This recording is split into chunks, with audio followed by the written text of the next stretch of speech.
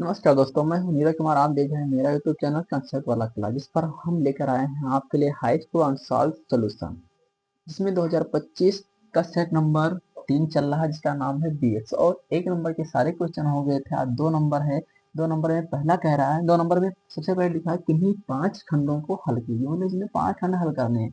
2.5 centimetre त्रिज्या के एक वृत्त की 4 सेंटीमीटर लंबी जीवा पी क्यों है। तो सबसे पहले हमने क्या कर लिया है कि वृत्त बना ले। जो हमने एक वृत्त खींच लिया, बना लिया, और जिसकी त्रिज्या कितनी है, 2.5 सेंटीमीटर है। अच्छा, इसमें जीवा बताई गई है। जो जीवा की लंबाई है, जीवा पी क्यों, इसकी लंबाई कितनी है, 4 सेंटीमीटर है। अच्छा, पी और क्यों पर स्पर्श रेखाएं, पी बिंदु है और क्यू बिंदु, इस पर क्या है, स्पर्श रेखा। जब स्पर्श रेखा, यह रेखा पी है और यह रेखा क्यों, क्योंकि हमने पहले से बना रखा है। अच्छा, परस्पर एक बिंदु टी पर प्रक्षेप है। जो ना स्पर्श रेखाएं हैं, बिंदु पर एक दूसरे को, टी बिंदु पर एक दूसरे को काटती हैं, मतलब प्रक्षेप करती है। कह रहे टीपी की लंबाई ज्ञात कीजिए। तो सबसे पहले क्या करा हमने, यहाँ पे त्रिभुज बनाने के बाद इतना करने का अपनी तरफ से करेंगे। और यहाँ पे ओ को हमने टी से मिला दिया। जब ओ को टी से मिलाया तो हमने फिर आगे लिखा माना पी क्यों को आर पर ओ टी काटती है। यहाँ पर जो पी क्यों है, पी क्यों को आर पर जो ये रेखा हमने बनाया मिलाया है, ये ओ टी काटती है। और जो ये त्रिभुज है पी टी क्यों या टी पी क्यों, ये समद्विबाहु त्रिभुज है। समद्विबाहु मतलब ये वाली भुजा ये भुजा बराबर क्यों, तो समूह। चलिए, अच्छा, और पी क्यों, कोण पी क्यों का अर्धक है। जो भुजा है, ये वाले पूरे कोण क्या क्या है, अर्धक है। मतलब जितना कोण ये होगा उतना कोण ये होगा, ये भुजा है। अच्छा, इसलिए जो भुजा है, ओटी जो भुजा है, ये क्या है, पीकों पर लंब है। जब लंब है, फिर बताया गया है लंब है, तब ओटी ओ टी अर्धक है। किसको किसको अर्धक करती है, पी क्यों। जितना इधर वाला भाग होगा उतना ही इधर वाला भाग होगा। इस बिंदु को हम क्या बोलेंगे, आर बोल देंगे।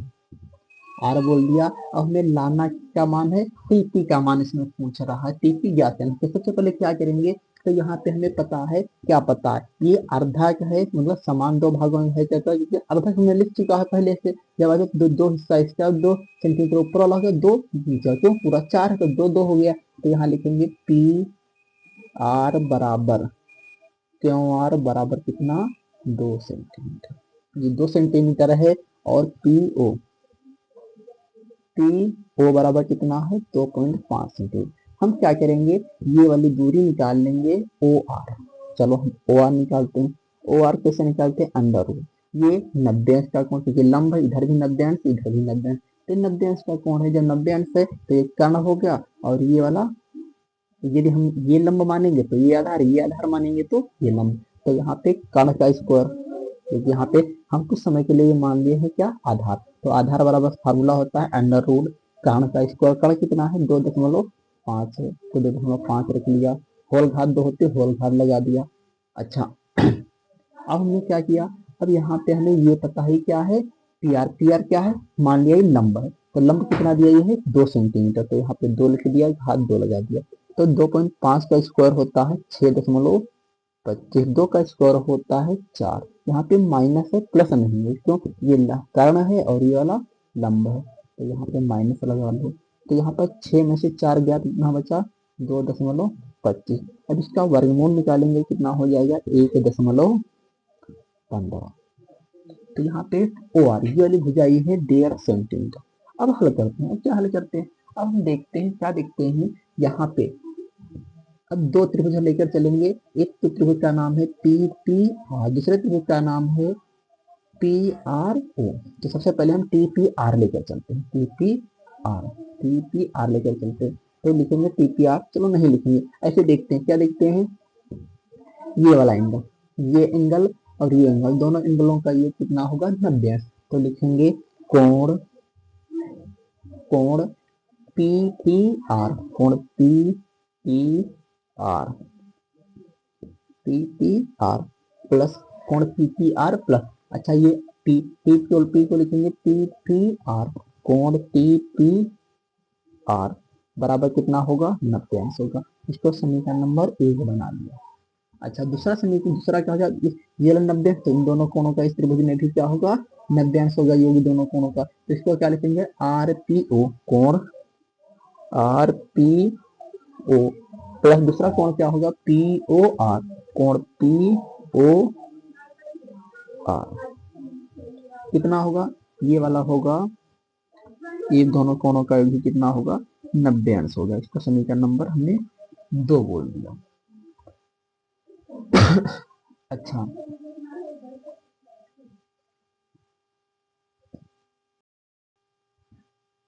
यहाँ पे हम क्या करेंगे, यहाँ पे ये नहीं लेकर हम क्या करेंगे, इस त्रिभुज का नहीं लेंगे, इस त्रिभुज का लेंगे। तो 1 सेकंड लाइट चली गई है। अच्छा, अब क्या करेंगे यहाँ पे, तो हम क्या करेंगे, ये वाला कोण भी 90 अंश होगा, क्योंकि ये स्पर्श रेखा है ये वाली, तो स्पर्श रेखा पर बना कोण 90 अंश होता है। तो यहाँ पे क्या लिखेंगे, टी पी आर, कोण T P R, T P R plus दूसरा वाला कोण है जो है, ये है आर पी ओ, कोण आर पी ओ, ये भी कितना होगा, 90 अंश। समीकरण नंबर 2।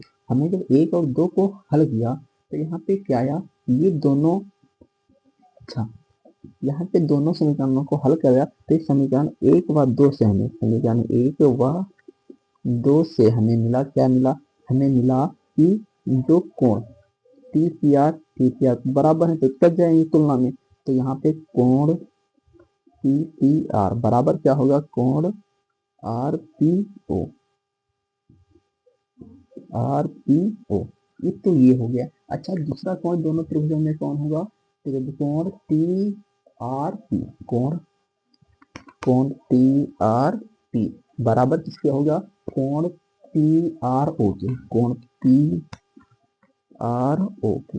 जब दो त्रिभुज किससे बराबर हो, क्योंकि ये समकोण है, तो समकोण की लंब है, समकोण त्रिभुज समकोण है, ठीक है, इसलिए दोनों बराबर है। तो हम क्या लिखेंगे, अतः डबल ए कसौटी से, अतः डबल ए समरूपता कसौटी से, समरूपता कसौटी से, समरूपता कसौटी से क्या है, समरूपता कसौटी से ये वाला पूरा त्रिभुज और ये वाला त्रिभुज क्या है, समरूप है। तो त्रिभुज टी पी आर, त्रिभुज T P T P R समरूप होंगे त्रिभुज पी आर ओ, त्रिभुज पी आर ओ एक समरूप है। तो यहाँ पर त्रिभुज होते हैं तो भुजाएं क्या होती हैं, समानुपातिक होती हैं। तो भुजाएं क्या होंगी, यहाँ पर समानुपातिक होंगी। कैसे, तो समानुपातिक होंगी टी पी बटे पी ओ, टी पी बटे पी ओ बराबर, बराबर क्या होता है, पी आर बटे आर ओ, पी आर बटे आर ओ। अब यहाँ पे हम इधर हल कर लेते हैं, इधर टीपी के स्थान पे हम क्या करेंगे, टीपी को ऐसे ही लिखा रहेंगे और पीओ के स्थान पे रख देंगे 2.5 बराबर। अच्छा, पी आर के स्थान पे पी आर के स्थान पे 2 और आर ओ के स्थान पर आर ओ का मान हम निकाले हैं यहाँ पे 1.5। अब यहाँ पे क्या हुआ, अब हम क्या करेंगे, टी पी आर, तो यहाँ बटे में तो उधर जाएंगे, गुणे में 20/15 गुणे 2.5, दशमलव हटाया, नीचे 0 बढ़ाया, 0 से 0 हो गया, 25, 5 3 15, 5 2 10, 10/3। तो टीपी का मान आ गया 10/3 सेंटीमीटर। या फिर हम क्या लिख सकते हैं इसको, 3.33 सेंटीमीटर। ये हमारे दोनों आंसर सही है। जैसे कि 6 नंबर में दिया है चित्र में, एक चित्र बना हुआ, चित्र क्या है, ए बी सी है, बताया गया है डी ई समांतर ए सी है, डी ई समांतर है ए सी, मतलब ये भुजा इसके समांतर है। तो हम सबसे पहले पहली कंडीशन के अनुसार चलेंगे। हल दिया है, क्या दिया है हल में, हल दिया है पहले नंबर पे दिया है डी ई समांतर क्या है, ए सी। जब डी ई समांतर एसी के है तो थेल्स प्रमेय से, थेल्स प्रमेय क्या कहती है, थेल्स प्रमेय कहती है कि भुजाएं समानुपातिक में, मतलब एक ही अनुपात में होंगी, जहाँ का अनुपात एक ही रहेगा, मतलब अनुपात समान रहेगा। तो यहाँ पे क्या होगा, तो बी डी बटे ए डी, बी डी बटे ए डी बराबर क्या होगा, बराबर होगा बी ई बटे ई सी, बी बटे ई सी। जब कभी समांतर तभी एक कंडीशन लगती है तो यहाँ पे क्या होगा, प्रमेय एक से, थेल्स प्रमेय से, प्रमेय एक से। अच्छा, दूसरी कंडीशन में क्या लिखा है, डी एफ समांतर ए है, तो यहाँ पे डी एफ मतलब ये वाली जो समांतर किसके है, ए के है, तो यहाँ पे जो समांतर फिर वही होगा, तो लिखेंगे डी एफ समांतर है ए ई, और इसको समीकरण नंबर एक ही बोल देंगे, समीकरण नंबर एक। अच्छा, तो फिर क्या होगा, बी डी बटे ए डी, बी डी बटे ए डी बराबर क्या होगा, बराबर होगा डी एफ बटे एफ ई, डी एफ बटे एफ ई। समीकरण नंबर दो बोल दिया, समीकरण एक व दो से, समीकरण एक व दो से हमने क्या देखा, हमने देखा है कि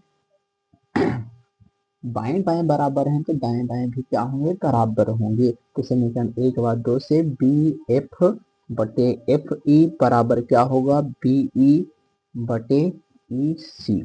ये सिद्धम, ये सिद्ध करना था, ये सिद्धम, वो सिद्ध हो।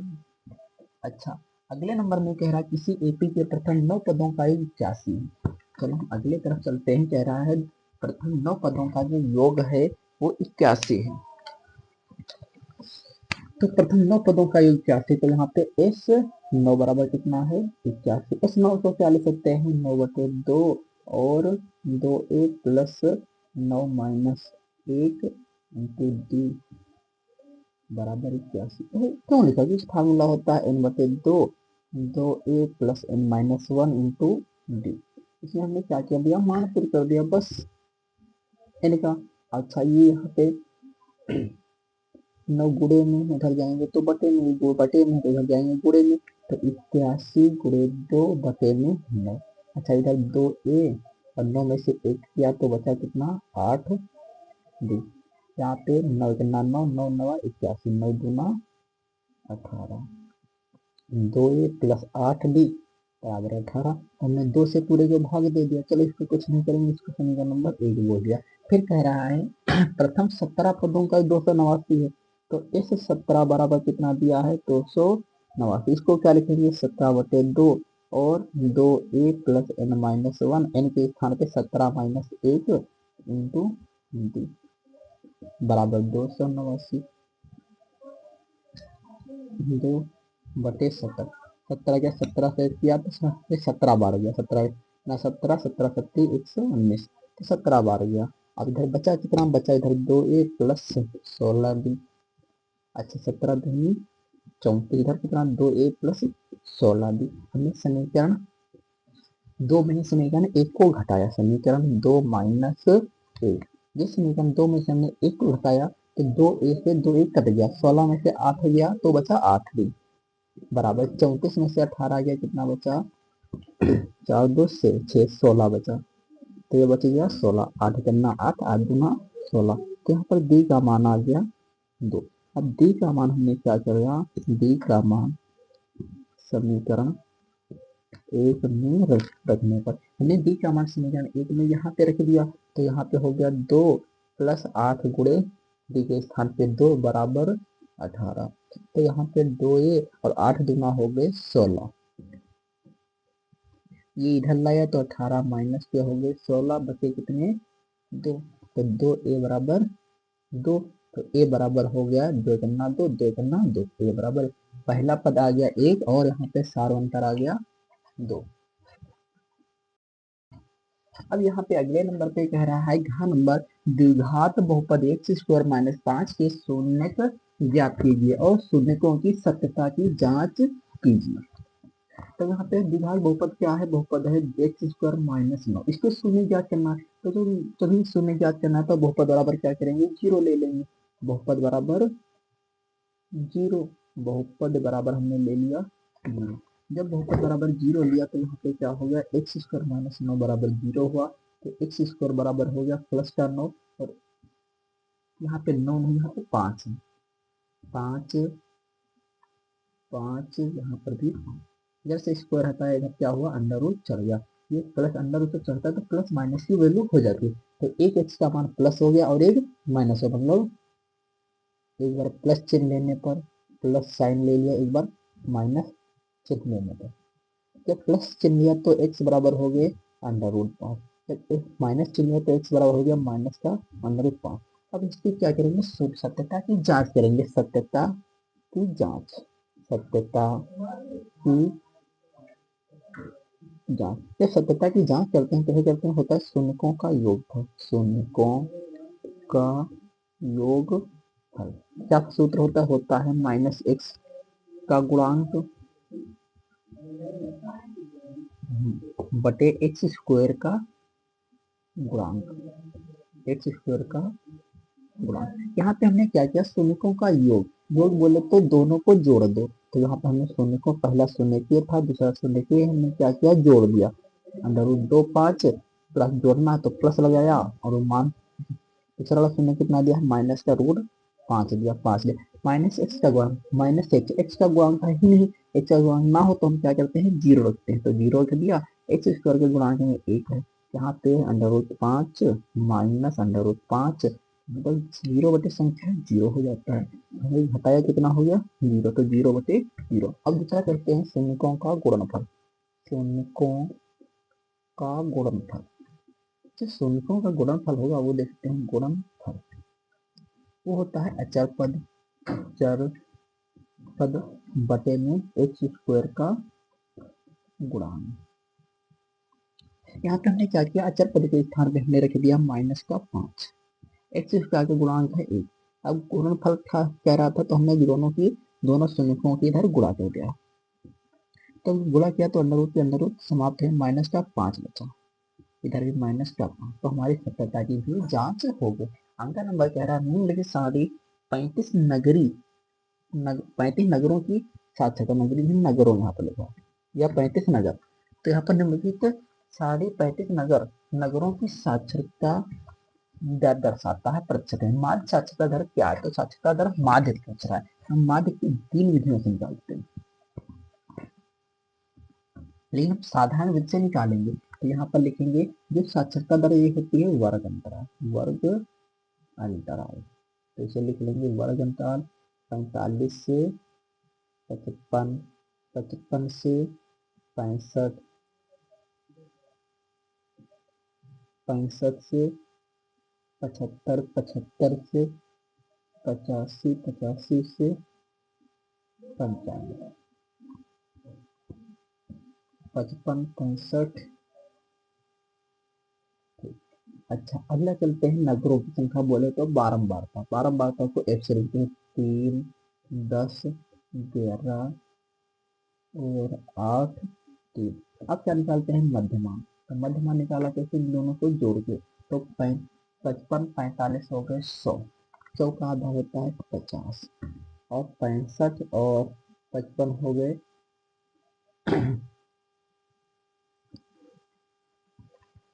120, 120 का आधा होता है 60, तो 60, 70, 80, 90, तो 90 लिख लिया। अब क्या करते हैं गुणा करते हैं, एफ और एक्स निकालते हैं, एफ इंटू एक्स निकालते हैं, गुणा करेंगे 5 या 15, 15 150 और 6 6 डबल जीरो लिख दिया, 11 सती 77, 700, 8 28 64, 0 9 3 27 270, इसको बोलते हैं सिग्मा एफ एक्स।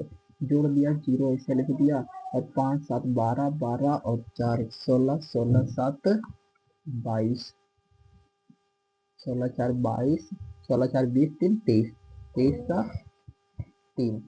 आप देखो आगे 6 और 1 7, 7 7 14, 14 और 6 20, 2 22, 22 2 24।